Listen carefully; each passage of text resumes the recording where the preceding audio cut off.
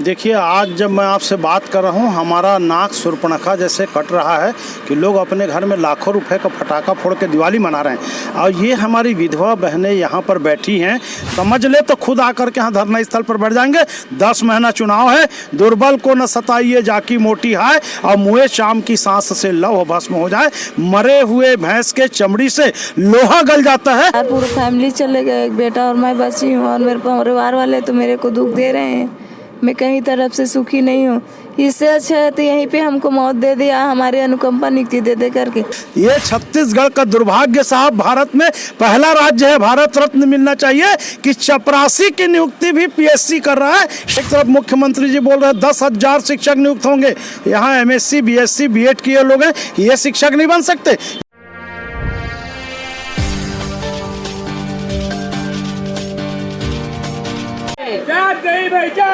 जोहार छत्तीसगढ़, मैं हूं इम्तियाज़ और आप देख रहे द बोल इंडिया। मैं बूढ़ा तालाब धरना स्थल पर हूं और यहां दिवंगत शिक्षक कर्मियों के परिजनों का और विधवाओं का धरना जारी है। 2 लोग ये अनशन पर बैठी हैं। कल रात इनका हालत ख़राब हो गया था, ये हॉस्पिटलाइज हुई और फिर से वापस आई हैं और ये फिर से धरना दे रही हैं। ये अपने हक की मांग कर रहे हैं और लगातार ये लोग कई सालों से ये अपने हक की मांग कर रहे हैं। कुछ लोग और हैं, हम उनसे जानने का प्रयास करेंगे, लेकिन ये 2 जो अनशन से 3 दिनों से बैठे हुए हैं, कल दोनों का हालत ख़राब हो गया था, फिर आज वापस हॉस्पिटल से आई हैं और धरना पर फिर आ गई हैं। यहाँ झाजी भी पहुँच चुके हैं, हम इनसे भी बातें करेंगे कि क्या पूरी रणनीति है और इतने सालों में इनका जो एक अनुकंपा नियुक्ति क्यों नहीं मिल पाया। क्योंकि सरकार चाहती है तो विधायकों का पेंशन बढ़ा देती है, चाहती है तो अपना पेंशन बढ़ा लेती है, अपना वो जो इनका वेतन है वो बढ़ा देता है। लेकिन एक ये जो 1200 कर्मचारी हैं, 1200 जो परिजन है जो दिवंगत कर्मचारी शिक्षकों के, इनका क्यों नहीं अभी तक वो अनुकंपा नियुक्ति मिल पाई है। दादी, आप लगातार देखते आ रहे हैं, सारे चीज़ों में विरोध प्रदर्शन करते हैं, क्या लगता है इनका जो ये मांगे हैं वो पूरा हो पाएगा? देखिए, आज जब मैं आपसे बात कर रहा हूँ, हमारा नाक सुर्पणखा जैसे कट रहा है कि लोग अपने घर में लाखों रुपए का पटाखा फोड़ के दिवाली मना रहे हैं। और ये हमारी विधवा बहनें यहाँ पर बैठी हैं दिवाली त्यौहार को छोड़ करके अपनी जायज़ मांगों के लिए। अच्छा, जिसका मांग पूरा नहीं करना है ना, मंत्रालय के अधिकारी लोग 40-50 हज़ार अनियमित कर्मचारी, उसको 1.5 लाख बोल देते हैं। इनका सर्वे नहीं किया, 1200 है बोलते हैं। मैं तो बोलता हूँ 250-300 लोग हैं जो लोग रोज़ आ रहे हैं, धरना प्रदर्शन कर रहे हैं, उनका लिस्ट बनाओ। और जो विभाग में पद खाली, आप छाती पीट रहे हो कि हमने शिक्षा कर्मियों को नियमित कर दिया। दोनों पार्टी बोलती है लाखों शिक्षा कर्मी नियमित हो गए। अरे ये भी तो शिक्षा कर्मी थे, क्या ये दिवंगत हो गए थे? इनका कोई पाप हो गया? जीते लोगों को मिलेगा, मरने वालों को नहीं मिलेगा। ऐन दिवाली को छोड़कर लोग बैठे हैं। ये जो भेदभाव की नीति है, तत्काल इनको योग्यता के अनुरूप विभागों में जो पद रिक्त हैं उसमें इनको नियुक्ति देना चाहिए। एक तरफ मुख्यमंत्री जी बोल रहे हैं 10,000 शिक्षक नियुक्त होंगे, यहाँ एमएससी बीएससी बीएड किए लोग हैं, ये शिक्षक नहीं बन सकते। या तो आप जानबूझ करके इनको नहीं बना रहे हो, या फिर बन सकते हैं। आपको ये लगता है कि ये लोग आंदोलन कर रहे हैं इसलिए नहीं बनेंगे। कुल मिलाकर 31 दिन आंदोलन किए, 56 दिन आंदोलन किए, पुलिस वाले बड़े अधिकारी आकर के चमकाते हैं। तो जिनके घर में खाने के लाले हैं वो बीएड डीएड कैसे करेंगे और किस प्रकार से? अभी तो सब लोग मजदूरी करके अपना घर चला रहे हैं, तो सरकार की जो ये नीति है कि डीएड बीएड करके आओ, टेट करके आओ, तो ये कहाँ से उसमें? भाई, इनके लिए डीएड बीएड थोड़ी लागू होगा जी। अनुकंपा नियुक्ति वालों के लिए मिनिमम क्वालिफिकेशन पर छूट है। सरकार इसलिए कह रही है कि नहीं करना है, जिसको नहीं करना है उसके 10 बहाने। आप मुझको बताइए, आप तो केवल इनको दिखा रहे हैं ना, इनके घर में बच्चे हैं, बुजुर्ग सास ससुर हैं, खाने के लिए लाले पड़े हैं। वो समझ ले तो खुद आकर के यहाँ धरना स्थल पर बैठ जाएंगे। 10 महीना चुनाव है, दुर्बल को न सताइए जाकी मोटी है, और मुँहे शाम की सांस से लव भस्म हो जाए। मरे हुए भैंस के चमड़ी से लोहा गल जाता है। ये अनुकंपा नियुक्ति पीड़ित मेरे महिला बहनें जो है ना, इनके पीड़ा से कई सरकार और कई योजनाएं बदल जाएंगी। नरवा गरवा घुरवा बारी बनाने से कुछ नहीं होता। इनके घर को बनाओ, अब इनकी बारी है, इनको जो है अनुकंपा नियुक्ति देना चाहिए। जो संविलियन हुए 2018 के बाद, उनके परिजनों को अनुकंपा नियुक्ति मिल गया, तो इनके जो पति हैं, जो विधवाएं के पति हैं, क्या जल्दी मर गए या उनको 2018 के बाद मरना चाहिए था? हाँ, वो शोले पिक्चर में था ना, मौसी जी मरना कैंसिल है, लोग जानते तो बाद में मरते बेचारे लोग, इनके हाथ में यदि मौत होता तो। भाई मौत तो मौत है, बल्कि इनको पहले प्राथमिकता देना चाहिए। जो पहले अनुकंपा नियुक्ति में कैसे होता है, यदि 5 पद है, 10 लोग दिवंगत है, जो कर्मचारी पहले दिवंगत हुआ उसके आश्रित परिवार को पहले अनुकंपा नियुक्ति देते हैं। ये संविलियन के पहले दिवंगत हुए, इनको पहले देना चाहिए था, उसके बाद पद रिक्त होता, तब फिर संविलियन होने के बाद शिक्षकों के दिवंगत आश्रित परिवारों को अनुकंपा नियुक्ति देते। अच्छा, इसमें सब शिक्षक बनने वाले नहीं हैं, कुछ लोगों का क्वालिफिकेशन चतुर्थ श्रेणी कर्मचारी के लायक है, कुछ का मांग भी कर रहे हैं ना, मांग भी कर, हमको केवल जीने के लिए, रोजी रोटी के लिए सरकारी नौकरी होना चाहिए। यदि कोई नवयुवक है, गाड़ी चला सकता है तो ड्राइवर बन जाएगा। और क्यों छाती पीट रहे हो, 10,000 20,000 पद खाली है।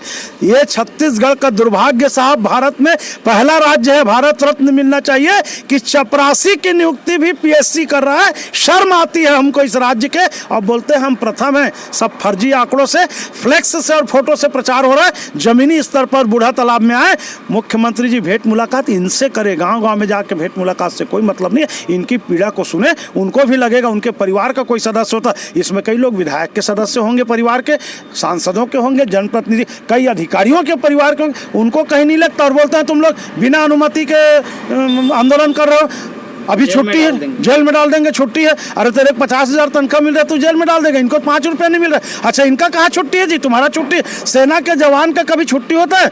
रेल, मेल और जेल कभी बंद नहीं होता, 24 घंटा चालू होता। ये अनुकंपा नियुक्ति के पीड़ित लोग 24 घंटा हड़ताल कर रहे हैं, इनके लिए ऑफिस चालू है, ऑफिस बंद है, आग लगे, हमको ऑफिस से क्या करना है? अनुमति नहीं दोगे, जबरदस्ती बैठेंगे। हम तो चाह रहे हैं जेल में बंद कर दो। इनको खाने के लिए रोज 5,000 खर्चा करना पड़ता है, लोगों से भीख मांग रहे हैं। जेल में रहेंगे कम से कम 2 टाइम का खाना, नहाना धोने का साबुन। इनको कटोरा क्यों नहीं देते? हाँ, मैं वही सोच रहा था, यदि अनुकंपा नियुक्ति नहीं दे पा रहे हैं तो छोटा सा एक ठो कटोरा दे दे, और उनको यदि थोड़ा भी शर्म है तो ये लोग बूढ़ा तालाब में भीख मांग करके भी जिलेंगे। भीख मांगना कोई बुरी बात नहीं है। लोगों को बता दूं कि महाभारत में कहीं भी सुदामा भिखारी नहीं था, गरीब था। इनको भिखारी ना समझना, कटोरा पकड़ लिए, गरीब है इसलिए कटोरा पकड़े हैं, और 10 महीने बाद सब बड़ा कटोरा लेके इन्हीं के दरवाजे में आएंगे, दे दाता के राम तुझको अल्लाह रखे। तो तमाम चीज़ें हम इनसे समझने का प्रयास किए, लेकिन क्या ये लोग, जो लोग अभी अनशन पर हैं, और इनका एक ही कहना है कि जब तक हमारी मांगें पूरी नहीं हो जाती हम अनशन तोड़ने के लिए तैयार नहीं हैं। और ये लोग रात हॉस्पिटलाइज थे फिर भी आ गए। इन लोग से बात करने में एक डर मुझे ये भी लगता है, क्योंकि सारे लोगों के आंखों में आंसू होता है, तो एक इंसान मानवता के हिसाब से पिघल जाता है और बात करने में वो चीज़ें आ जाती है। मैम, आप किस प्रकार से आगे जारी रखेंगे, और रात में जिस प्रकार से आप लोग बीमार हुए, आगे किस प्रकार से रहेगा? हम तो दुख के मारे भरे हैं, और सब परिवार, पूरा फैमिली चले गए, एक बेटा और मैं बची हूँ, और मेरे परिवार वाले तो मेरे को दुख दे रहे हैं। मैं कहीं तरफ से सुखी नहीं हूँ। इससे अच्छा है तो यहीं पे हमको मौत दे दिया, हमारे अनुकंपा नियुक्ति दे करके। अगर नहीं होगा तो हमारा सांस भी चल रहा है तो हम हॉस्पिटल नहीं जाएंगे। हॉस्पिटल गए तो हमको नशा का दवाई इंजेक्शन लगा दिए, और बोलते हैं यहाँ चेक कर। पुलिस वाली धमकी दे रहे थे कि चलो हम लोग ऐसे करेंगे कि नहीं जाओगे तो उठा के ले जाएंगे। तो हम बोले कि यहीं पे डॉक्टर बुला दो, हम लोग यहीं इलाज करवाएंगे, नहीं जाएंगे हॉस्पिटल। तो चलो नहीं होगा तो आपको उठा के ले जाएंगे, पुलिस महिला बल को बुलाओ। मैं बोली अगर नहीं हो रहा है तो मत ये करो कि यहीं पे हम जान दे देंगे, हमारे बच्चे का पालन पोषण भूपेश बघेल करेगा, ऐसे करके। परेशानियां हैं, और किस प्रकार से अभी आप लोग निर्वाहन कर रहे हैं अपनी ज़िंदगी को, क्योंकि भरी दिवाली में आप लोग यहीं बैठे हैं और आखिर सरकार से लगातार आप लोग गुहार लगाने का काम कर रहे हैं, फिर भी सरकार क्यों नहीं सुन रही है? बहुत परेशानियों का सामना कर रहे हैं सर।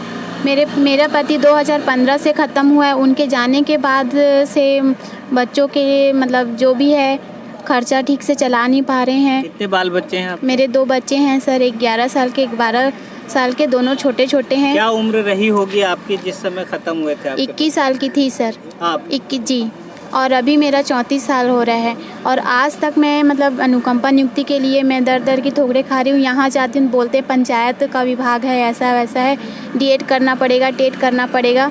तो सर हम लोग को पता था क्या हमारे पति चले जाएंगे तो हम लोग को डीएड करके पढ़े या डीएड टेट कर ले करके। और केवल सर मैं 12वीं पास हूँ और डीएड की हूँ। इनका शक्ल देखिए, अभी ये 34 की हैं, लेकिन भरी जवानी में इनके पति ख़त्म हो गए। 21 साल की उम्र रही होगी। आप सोच सकते हैं क्या उम्र रहा होगा, क्या आलम होगा उस समय। लेकिन सरकार को इतना समझ में नहीं आता है कि जिसका सहारा उठ गया, जिसका साया उठ गया सर से, उनको अभी तक लगभग कई साल हो गए हैं।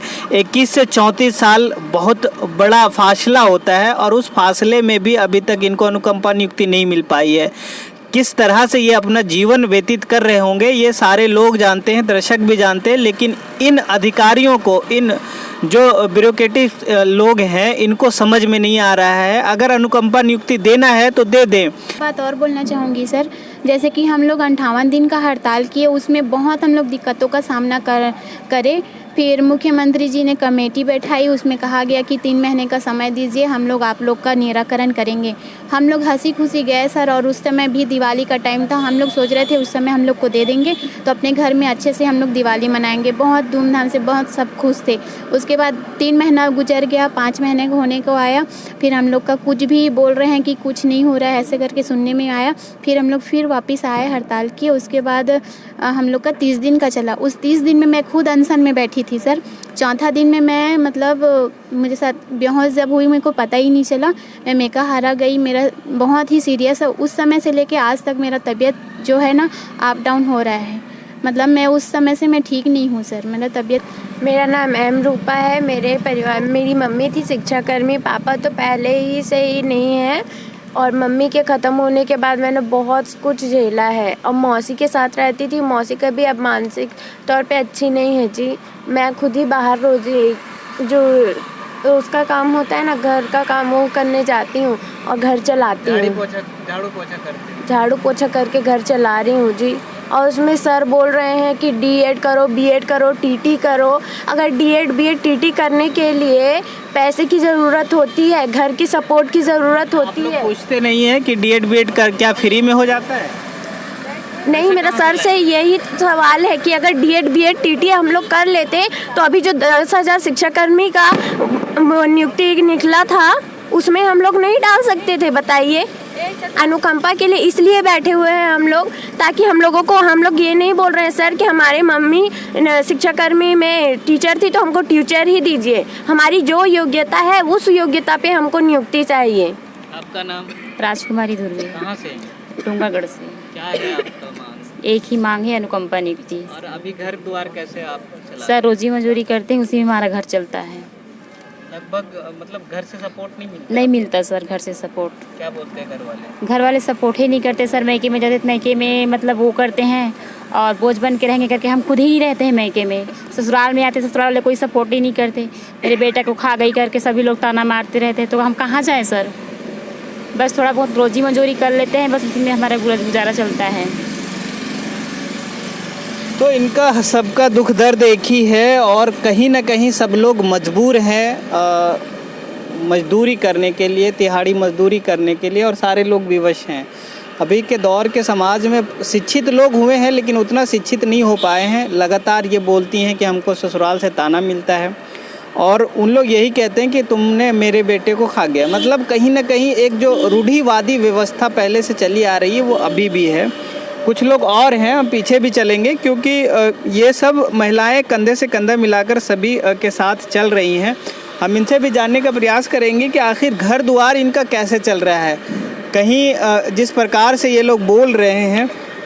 जी नाम बताइए आप? शारदा साहू, नवागांव और धमतरी जिला से। किस प्रकार से आपका जीवन चल रहा है अभी? हम लोग के क्या मेहनत मजदूरी करके जीवन पाल रहे हैं, अपना घर पाल रहे हैं, अपने बच्चे पढ़ा रहे हैं। आज तो मेरा बच्चा तो छोटा छोटा था, आज कॉलेज कर रही है लड़की और लड़का तो 12वीं में है। इतना छोटा छोटा था कि मेरे को उसको संभालना था और बच्चों घर को भी संभालना था और मेहनत मजदूरी और खुद पढ़ाई लिखाई, तो मैं कहाँ से पढ़ूँ। ये हो उम्र में आपके पति खत्म? मेरा हस्बैंड 2006 का एक्सपायर हुआ है। उतने साल से मैं आज तक संघर्ष ही करती आ रही हूँ। आम चीज़ें हैं जो समझने का प्रयास किया जा रहा है लेकिन सरकार जो है वो समझ नहीं रही है।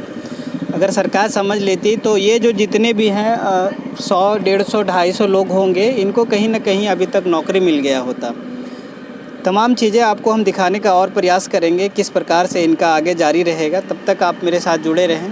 आपको क्या लगता है वो चीज़ कमेंट करके ज़रूर बताइएगा। इनकी मांगे जो है जायज़ है, और अगर इनको सरकार नहीं कर रही है तो इनके एवज़ में सरकार को क्या आप लोग कहना चाहते हैं वो भी कमेंट कीजिएगा। आप देखते रहे द बोल इंडिया। मैं हूँ इम्तियाज़।